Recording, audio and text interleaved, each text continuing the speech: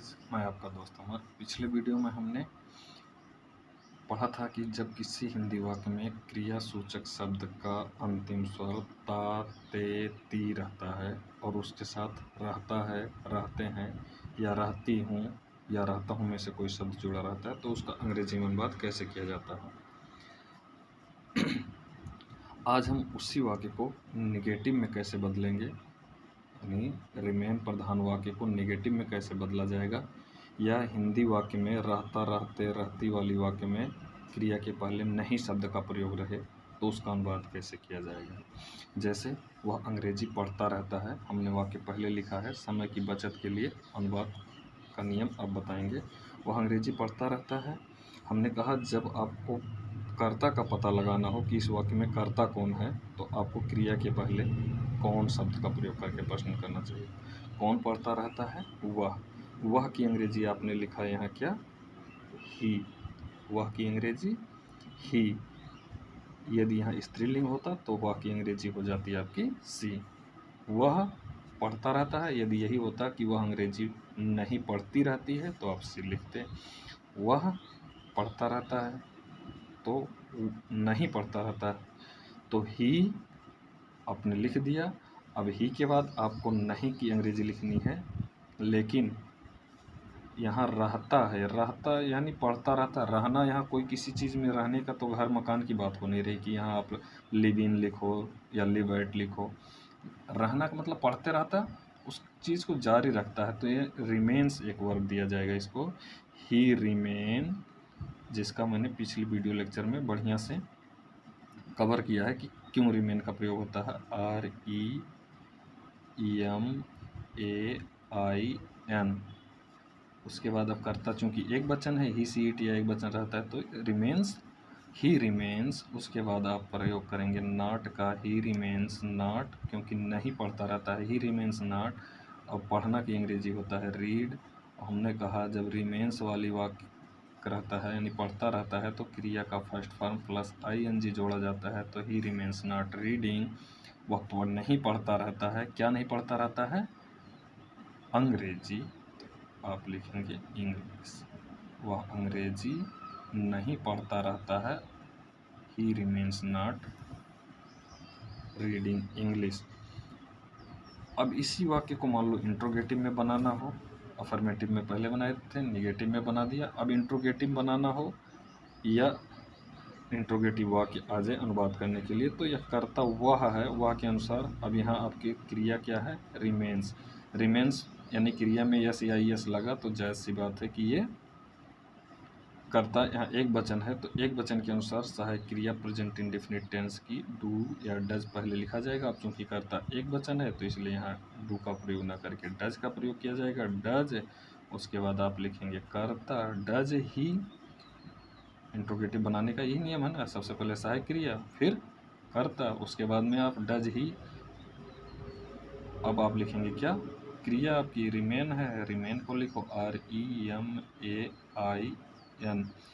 अब यहाँ आपने यस जोड़ा था लेकिन यहाँ नहीं जोड़ेंगे, क्यों? जब डू या डज का प्रयोग हो जाता है तो क्रिया में यस या यस का प्रयोग नहीं होता है। डू के वाली वाक्य में तो ऑलरेडी क्रिया में यस या यस नहीं जुड़ा रहता है, लेकिन जब कर्ता एक वचन रहता है तो डज का प्रयोग होने के बाद क्रिया में यस या यस नहीं जोड़ा जाता है।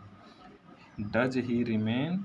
उसके बाद आप लिखेंगे रीडिंग क्रिया, उसके reading, does he remain reading. उसके बाद क्या? English. Does he remain reading English. उसके बाद आप लगाएंगे क्वेश्चन मार्क। ये हो गया आपका इंट्रोगेटिव। अब इंट्रोगेटिव निगेटिव दोनों बनाना हो तो डज आपने देखा ही, इंट्रोगेटिव बनाते समय डज का प्रयोग किया गया तो डज आप पहले लिख दिए, DOES डज। उसके बाद करता ही। अब यहाँ आपका रिमेन था, रिमेन आप लिख दीजिए REMAIN डज ही रिमेन। उसके बाद नॉट क्रिया के पहले लिखेंगे not reading READING does he remain not reading English. क्या वह अंग्रेजी? अच्छा, लेकिन क्या वे झूठ नहीं बोलते रहते हैं, ये है। मैंने इस वाक्य का बना दिया, कोई बात नहीं, ध्यान नहीं दिया हिंदी वाक्य का। अब इसका मैं इधर बना देता हूँ। क्या वे झूठ नहीं बोलते रहते हैं, तब वे आपका कर्ता है। मान लो कर्ता पहले आपने लिख लिया दे, तो दे लिख दिया, तो दे बहुवचन में आता है, इसलिए इसके साथ सहायक क्रिया आप देंगे डू दे। उसके बाद क्या है, क्या वे झूठ नहीं बोलते रहते हैं, डू दे। अब आपको रिमेन लिखना है, सहायक क्रिया वैसे मॉडल वर्ब है, model auxiliary verb. Do they remain, उसके बाद क्या, नॉट, उसके बाद क्या है, telling, TELLING, TELLING, do they remain not telling a lie, do they remain not telling a lie, LIE। ये आपका हो गया अनुवाद। Do they remain telling a lie, ये आपका हो गया इसका इंट्रोगेटिव या अनुवाद, दोनों समझ लीजिए। अगर जो आपको अफर्मेटिव से इंट्रोगेटिव निगेटिव में बदलना हो तब भी, और यदि अनुवाद करना हो तब भी। अब मान लो ये वाक्य आपकी रिमेन प्रधान वाक्य आ जाए कि जैसे क्या आपका था, वह अंग्रेजी पढ़ता रहता है, ही रिमेन या रिमेन्स, ही रिमेन्स रीडिंग, ही रिमेन्स रीडिंग इंग्लिश, वह अंग्रेजी पढ़ता रहता है। अब इसको मान लो आपको पूछ ले पैसिव वॉइस में बदलो, पैसिव में बदलने के लिए आ जाए तो क्या करोगे, कुछ नहीं, इसमें घबराना नहीं। हमने पहले भी बताया, इसमें पैसिव बनाने का सिंपल सा फार्मूला है कि क्रिया के बाद जो भी संज्ञा या सर्वनाम लिखा रहता है उसको कॉम्प्लीमेंट पूरक सहित जितना भी इसके बाद हो, ये आपकी क्रिया है रीडिंग, इसके बाद संज्ञा इंग्लिश है, इंग्लिश के बाद जो भी लिखा उसको सबसे पहले लिख लो नए कर्ता के रूप में, यानी चेंज सब्जेक्ट, CS बोलते हैं ना, नया कर्ता बोलो या CS चेंज सब्जेक्ट बोलो। तो इंग्लिश आपने लिख लिया। अब यहाँ इज RM का प्रयोग नहीं करेंगे क्योंकि रिमेन्स प्रधान वाक्य है।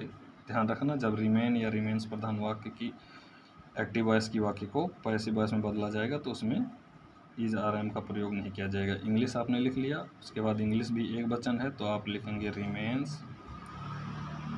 मान लो यहाँ ऑब्जेक्ट के रूप में कोई बहुवचन होता तो आप रिमेन का प्रयोग करते हैं, जब ऑब्जेक्ट कर्ता के रूप में आता है यहाँ तो इंग्लिश रिमेन्स।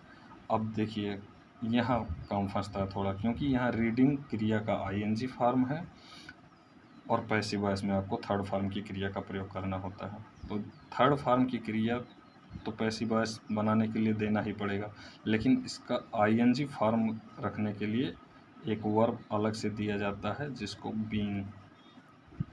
ये हर कॉन्टीन्यूअस, प्रेजेंट कॉन्टीन्यूअस में भी आपको मिलेगा, जिस मतलब जब भी वर्ब की ING फॉर्म प्रयोग रहेगा और उसको पैसिव में बदलना रहेगा तो आप क्रिया के थर्ड फॉर्म लगाने के पहले उसके पहले बीइंग का प्रयोग करेंगे। क्रिया का थर्ड फॉर्म लिखेंगे तो उससे पहले बीइंग का प्रयोग करके तभी क्रिया का थर्ड फॉर्म लिखेंगे।